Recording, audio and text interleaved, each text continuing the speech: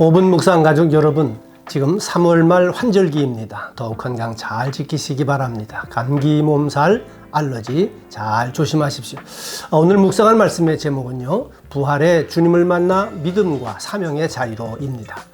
누가복음의 마지막 부분인데요, 예수님께서 부활하신 후의 일에 대하여 기록하고 있는 말씀입니다.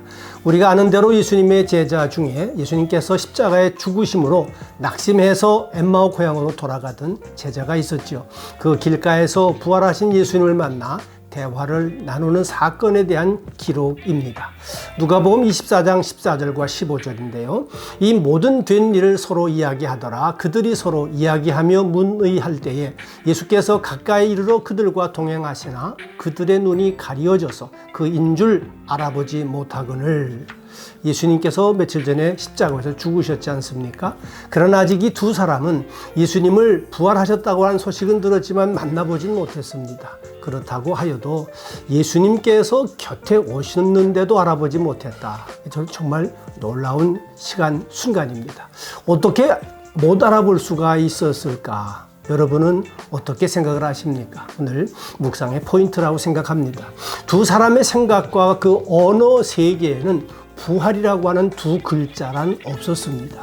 부활에 대한 믿음 자체도 있을 수가 없었을 것입니다. 지금 곁에 오신 이분이 바로 그 예수님이란 상상은 도저히 할 수조차 없었을 겁니다.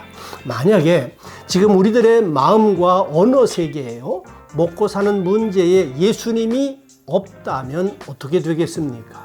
신앙생활 따로, 먹고 사는 문제 따로, 각각 따로일 수밖에 없을 겁니다. 그래서 우리들의 생활 순서에는 언제나 직장과 생업이 제일 먼저일 수밖에 없을 겁니다. 그러나 살면서 최악의 형편, 생활을 지나가면서 예수님을 실제로 경험하게 된다면 우리의 신앙은 확실히 달라집니다. 자녀 양육도 그렇습니다. 부부 생활도 그렇습니다. 예수님을 만나는 삶의 경험이 항상 먼저이어야 하는 것이 그래서 참 중요한 것입니다. 오늘도 우리 성령님께서 우리 마음을 열어주셔서 지금 우리들의 실제 생활 한가운데 와 계시며 우리와 함께 생활하고 계시는 부활하신 예수님을 경험할 수 있게 되시기를 간절히 축복합니다. 또 누가복음 24장 33절 이하에 보면요, 곧 그때로 일어나 예루살렘에 돌아가 보니 11 제자 및 그들과 함께한 자들이 모여 있어 말하기를 주께서 과연 살아나시고 시몬에게 보이셨다 하는지라. 두 사람도 길에서 된 일과 예수께서 떡을 떼시며 자기들에게 알려지신 것을 말하니라. 여러분, 오늘 우리 현대 성도들도요, 삶에서 예수님을 경험하고 또 그 경험을 성도들과 함께 공유해야 하는 이유가 바로 분명합니다.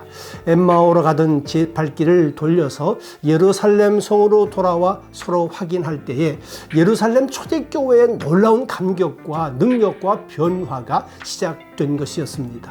우리도 코로나 바이러스로 인해서 팬데믹 2년 반 동안에 예수님을 경험한 간증들을 서로 나눌 수 있으면 정말 좋겠습니다. 같이 기도하겠습니다. 오늘 내 눈을 밝게 해주셔서 내 마음, 내 삶 속에 계시는 부활하신 예수님을 바라보며 경험할 수 있게 주옵시기를 간절히 기도합니다. 부활하여 살아계신 예수님을 우리 가정에, 자녀 양육에, 먹고 사는 모든 일들에 모셔드립니다. 예수님과 함께 사는 저희 모두들 되게 축복해 주시기를 간절히 예수님의 이름으로 기도드리옵나이다. 아멘. 오늘은 잠깐 알리는 말씀 좀 전해드리겠습니다. 그동안 처음 해보는 영상 사역을 한 2년 오늘까지 해올 수 있었던 것은 하나님의 전적인 은혜였고 또 5분 묵상 가족 여러분들의 후원과 기도 덕분이었습니다. 그러나 오늘과 이제 오는 목요일로 이 사역을 잠시 정리하려고 합니다. 이제는 방역 수위가 아주 낮아져서 거의 모든 상황이 예전으로 돌아온 것 같습니다. 대면으로 교회 생활을 더 열심히 할 수 있게 되었다는 의미입니다. 그래서 이제 다른 사역으로 더 준비하기 위해 3월 말로 5분 묵상 영상 사역을 이제 정리하게 되었습니다. 그동안 정말 감사했고요. 오늘 그 말씀을 여러분들에게 잠시 전해드렸습니다. 또 내일 모레 목요일 날 다시 뵙겠습니다. 감사하고 건강하십시오.